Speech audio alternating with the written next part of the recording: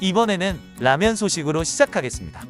라면이 이제 한국을 넘어서 세계인들에게 익숙한 즉석 식품이 됐는데요. 라면 수출액이 지난해 처음 1조 원을 넘었습니다. 근데 올해도 분위기가 좋다고 합니다. 지난달까지 우리 라면 수출액은 3억 7,890만 달러를 기록했습니다. 4월까지 이미 우리 돈 5천억 원을 넘는 수준이라는 겁니다. 지난해 같은 기간보다 34% 넘게 늘었고요. 특히 미국의 수출은 1년 전보다 무려 83% 늘었습니다. 지난달 초에 미국에서 많이 쓰는 소셜미디어 앱에 올라와서 지금까지 780만 좋아요를 받은 영상입니다. 이 어린 소녀가 생일 선물로 뭘 받으면 이 정도로 감격을 할 수 있을까 싶은데 다른 게 아니라 우리나라에서 수출한 라면 5개들이 한 팩이었습니다. 우리 돈으로 9,000원 좀 넘는 가격에 팔리고 있는 까르보 불닭라면 5개들이 한 세트를 생일 선물로 받고 이렇게 좋아하고 있는 겁니다. 이렇게 한국 식품을 찾는 사람들이 확 늘어난 게 온라인에서 먼저 화제가 되고 이어서 인기를 끄는 경향이 계속 기어지고 있다고 합니다. 한국식 양념치킨, 떡볶이, 그리고 지난해에는 냉동 김밥까지 특히 미국에서 차례로 큰 화제가 됐었습니다. 올해는 100% 국내에서 제조돼 수출되는 불닭면, 그 중에서도 까르보 불닭라면입니다.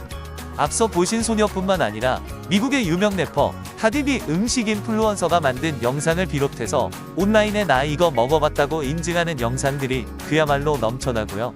결국 지난달 말에는 뉴욕타임스가 까르보 불닭 현상을 따로 분석하기도 했습니다. 한국 라면은 단일 국가 기준으로는 중국 다음으로 미국에서 가장 많이 팔리는데 지난해만 해도 세계 최대 라면 소비국인 중국으로 수출되는 물량이 미국 수출량의 2배에 가까웠습니다. 그런데 올해 들어 중국 수출은 99.5% 늘어난 반면 미국으로는 83% 급증하다 보니 수출량이 엇비슷해 이대로는 한국 라면 소비가 미국이 중국을 곧 추월할 거란 전망도 나옵니다. 라면의 국내 매출은 2조 원을 좀 상회하는 수준에서 최근 몇 년째 정체돼 있습니다. 반면에 수출은 코로나 대유행 이후로 4년 동안 2배 가까이 늘었습니다. 이제 세계 132개 나라로 수출되고 있고 아시아나 미국뿐만 아니라 유럽으로 지난 4년 동안 수출이 3.5배나 늘면서 유럽 전체 시장은 이미 미국 시장 규모보다 커졌습니다. 그야말로 전 세계에서 시장이 성장하고 있다는 얘기입니다. 그러면 세계에서 1인당 라면 소비량이 가장 많은 나라는 어디일까요?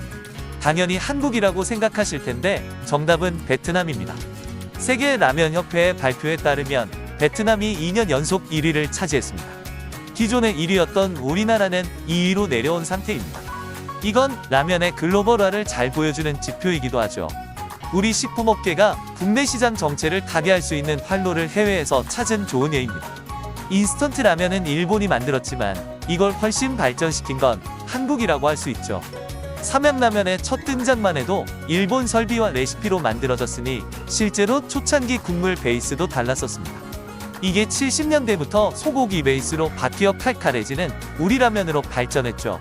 그 본격적인 변화의 시작을 알린 것이 80년대의 농심이 있습니다. 다양한 라면들을 전부 히트시키면서 한국 라면의 기초를 완성했습니다. 특히 농심의 라면 시장 지배력이 강해지니 이 시장의 새로운 상품들은 어떻게 농심이 하지 않는 방식으로 차별화하느냐가 관건이 되었습니다. 대표적인 것이 바로 팔도 비빔면이 있습니다. 더운 여름에 라면 판매량의 급감을 막으려고 계절 상품을 개발한 건데요. 액상 소스로 비벼 먹는 라면을 개발하면서 새로운 시장을 개척합니다. 이게 원래는 계절용 상품이었는데 너무 잘 팔려서 상시 제품으로 전환했을 정도였죠. 농심의 짜파게티는 시장의 점유율을 빼앗으려고 치열한 고민을 하던 시절에 내놓았던 짜장 라면의 집대성입니다. 한국 문화의 세계 속 영향력이 계속 커지는 것이 이렇게 라면 인기가 커져오는데 큰 몫을 차지했습니다. 까르보 불닭면 경우처럼 한번 인기를 얻은 불닭 제품을 계속 리뉴얼하면서 새로 내놓고 아기자기한 포장에 신경을 쓴 것 같은 트렌드에 민감하게 대응하는 전략 같은 것도 주요한 것으로 분석됩니다.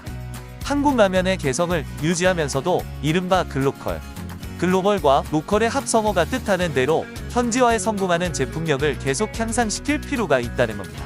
앞으로도 이러한 인기몰이가 계속 이어졌으면 좋겠습니다. 이제는 해외 시장이 더 커진 라면 시장. 그렇게 라면 시장에 새로운 시대가 열렸다고 평가할 수 있을 것 같습니다.